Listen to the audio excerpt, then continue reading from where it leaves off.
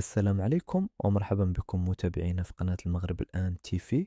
نبدأ معكم بهذا الموضوع الذي عاد ليثير جدلا واسعا وسط المغاربة، ويتعلق بملف الساعة الإضافية بالمملكة بعد دخول مؤسسة وسيط المملكة على خط هذا النقاش اللي استمر لسنوات طويلة.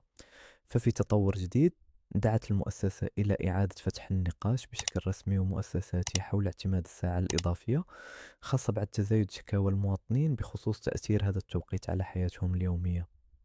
عدد كبير من المغاربة عبروا مرارا عن رفضهم للساعة الإضافية، معتبرين أنها تؤثر بشكل سلبي على النوم والتركيز والحياة الأسرية، خصوصا خلال فصل الشتاء، حيث يضطر كثير من التلاميذ والموظفين إلى الخروج في ساعات مبكرة من الصباح وسط الظلام.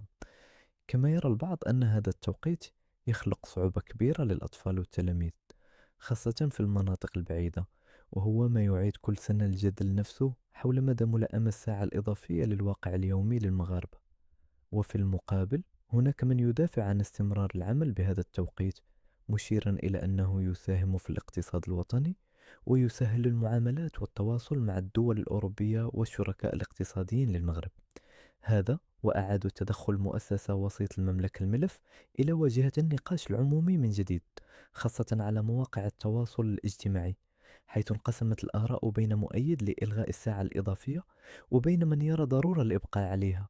ويبقى السؤال المطروح: هل تتجه الحكومة المغربية فعلا نحو مراجعة هذا القرار خلال الفترة المقبلة، أم أن الساعة الإضافية ستستمر كما هو معمول به حاليا؟ شاركونا آراءكم في التعليقات. هل أنتم مع إلغاء الساعة الإضافية أم مع استمرارها؟ ولا تنسوا دعمنا بالإعجاب والاشتراك في